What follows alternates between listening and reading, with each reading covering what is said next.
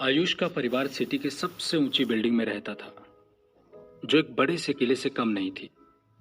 बहुत सी सुंदर ग्रीनरी ने उसके घर को घेर रखा था, जिससे उनका आलीशान घर और सुंदर दिखता था। उस समय वो आदमी सोफे पर बैठकर चाय पी रहा था और सूरज की रोशनी खिड़की से होते हुए उस पर आ रही थी।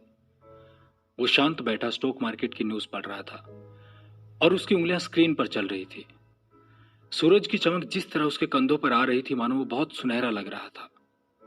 आयुष, कहीं से आवाज आई और उसने अपना सर ऊपर की तरफ उठाया और देखा दो सुंदर औरतें उसकी ओर चल कर आ रही थी। हालांकि ज्यादा जवान ना होते हुए भी उन औरतों के चेहरे पर झुर्रियां नहीं थी। आयुष की मम्मी ने उसकी दादी को उनके साथ बैठने के लिए मदद की। आयुष की दादी ने कहा, जाओ उस छोटे बच्चे को वापस लेकर आओ, ताकि तुम्हारे दादाजी के मन को शांति मिल सके। आयुष अपना मुंह नीचे रखते हुए कहा, हाँ दादी जी। आयुष की मां ने फिर कहा, उस बच्चे की मम्मी को भी वापस लाओ। वो अभी भी बहुत छोटा है और उसके लिए ये आसान नहीं होगा कि वो इतनी छोटी सी उम्र में अपनी मम्मी के बिना रह पाए। अक्षिता के बारे में सोचते हुए आयुष की आंखों में आंसू आ गए। वो खड़ा होकर बोला कि मुझे पता है कि मुझे क्या करना है, और वो वहां से चला जाता है। आयुष के जाने के बाद उसकी दादी बोली, वो गंदी औरत जो अपने फायदे के लिए किसी के भी साथ सो सकती है, वो हमारे परिवार में नहीं आएगी। आयुष की मम्मी बोली, लेकिन वो बच्चा बहुत छोटा है और अभी वो आयुष को भी नहीं जानता। जैसे ही उसे सबकी आदत हो जाएगी, हम उसकी मां को वापस भेज देंगे। आयुष की दादी शांत हुई, लेकिन फिर ऊंची आवाज में बोली, अगर आयुष के दादाजी बीमार ना होते तो उस औरत को कोई मौका ना मिलता हमारे परिवार में वापस आने का। पिछले सालों में कुछ आर्थिक संकट की वजह से अक्षिता की फैमिली के बिजनेस बैंकरप्ट हो गया था और वो आर्थिक रूप से कमजोर हो गए थे। उन्होंने आयुष की फैमिली से हेल्प मांगी।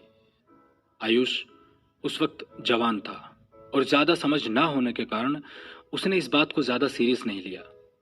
लेकिन आयुष की फैमिली ने यह नहीं सोचा था कि अक्षिता की फैमिली उनके साथ ऐसा करेगी। अक्षिता की फैमिली ने चाल चली और उन्होंने अपनी बेटी अक्षिता को आयुष के साथ सोने को कहा, ताकि आगे चलकर वो आयुष को धमका सके और अपने बिजनेस को आयुष की फैमिली को बेच सके।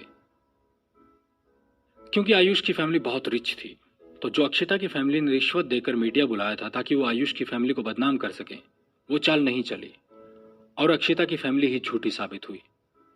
कुछ ही समय बाद आयुष के दादा बीमार हो गए और उनकी आखिरी इच्छा थी कि आयुष की फैमिली हो और उसका बच्चा हो। आयुष को अकेले रहते हुए बहुत साल हो गए थे और उसने अफेयर भी नहीं किया।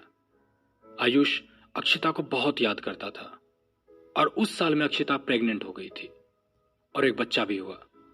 आयुष की फैमिली का वंश उसकी फैमिली में वापस आना चाहिए।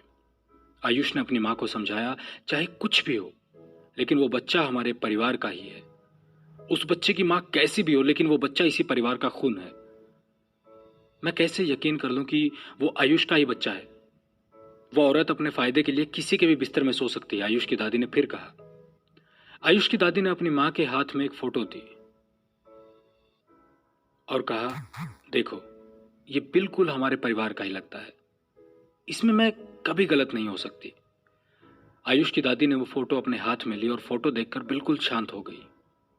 काफी देर बाद आयुष की दादी बोली, अगर अक्षिता ने इस बच्चे को जन्म दिया है और पाला है, तो जरूर वो कुछ सोच रही होगी। उसने जरूर कुछ प्लानिंग की होगी। अक्षिता के घर आने पर उस पर नजर रखनी होगी। आयुष की मां ने इस बात पर ज्यादा ध्यान नहीं दिया। इतना आसान नहीं है एक औरत के लिए एक अकेले बच्चे को पालना, और 5 साल से वो उसका ध्यान रख रही है। मां, मुझे लगता है हम कुछ ज्यादा ही सोच रहे हैं। अगर उसे अपने बच्चे का फायदा उठाकर हमें धमकाना होता तो उसने ये 5 साल पहले क्यों नहीं किया? इससे वो अपनी फैमिली को भी बचा सकती थी। मैंने उसके बच्चे को ढूंढा, वरना उसने तो अपने बच्चे को छुपा कर रखा था। आयुष की दादी ने अपना सिर ना की ओर हिलाया और कहा, अगर ऐसी नहीं थी तो वो अपने फायदे के लिए किसी आदमी के साथ क्यों सोई? उसने ये सब सोच समझ कर किया। क्या पता उसने ये सब जानबूझकर किया हो ताकि तुम उस बच्चे को ढूंढ लो। मैं ऐसी लड़की को कभी अपने घर नहीं आने दूंगी। दूसरी तरफ अक्षिता अर्पित को उसके स्कूल लेकर गई ताकि वो माफी मांगे। शुभ की फैमिली अभी तक नहीं आई थी और अर्पित की क्लास टीचर ने अक्षिता को फिर से समझाया। कुछ देर बाद सैंडल से चलकर आने की आवाज सुनाई दी और पास आते आते परफ्यूम की खुशबू भी आने लगी। दरवाजा जोर से खोला गया और शुभ गुस्से में अपने पेरेंट्स के साथ आने लगा। जैसे ही वो अंदर आए, शुभ ने अर्पित की तरफ उंगली करते हुए कहा, यही है वो जिसने मुझे मारा था। अक्षिता ने बहुत शांत होकर शुभ के पेरेंट्स को देखा। शुभ की मम्मी ने बहुत सारा मेकअप लगा रखा था, जबकि उसके पापा थोड़े एज में ज्यादा लग रहे थे, जिनका चेहरा काफी डल सा था। उन्होंने बहुत अजीब तरह से अक्षिता को देखा। अर्पित सिकुड़ कर अपनी मम्मी के साथ ही खड़ा रहा। वहां आने से पहले अर्पित ने अक्षिता को प्रॉमिस किया था कि अगर वो सॉरी नहीं बोलेगा तो वो वहां चुपचाप बस खड़ा रहेगा। अक्षिता ने बहुत धीमी आवाज में बोला, मैं अर्पित की मम्मी हूं और मैं माफी मांगती हूं कि मेरे बेटे ने आपके बच्चे को मारा। मुझे माफ कर दीजिए।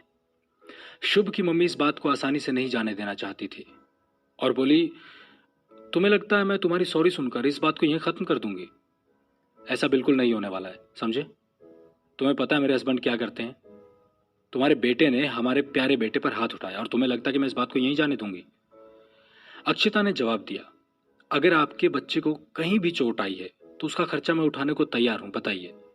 शुभ की मम्मी धीरे से हंसने लगी और ताना मारते हुए कहा, तुम सच में इसका खर्चा उठा पाओगी? अपने पैरों की तरफ देखते हुए वो बोली, जितनी तुम्हारी एक महीने की सैलरी है ना, उससे ज्यादा महंगे मेरे जूते हैं। अक्षिता ने अपना सर झुका लिया।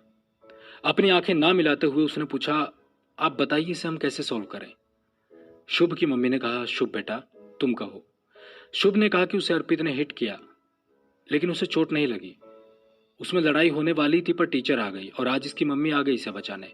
शुभ ने गुस्से में अपने हाथ फोल्ड किया और कहा, मैं चाहता हूं कि अर्पित मेरे सामने अपने घुटनों पर बैठे।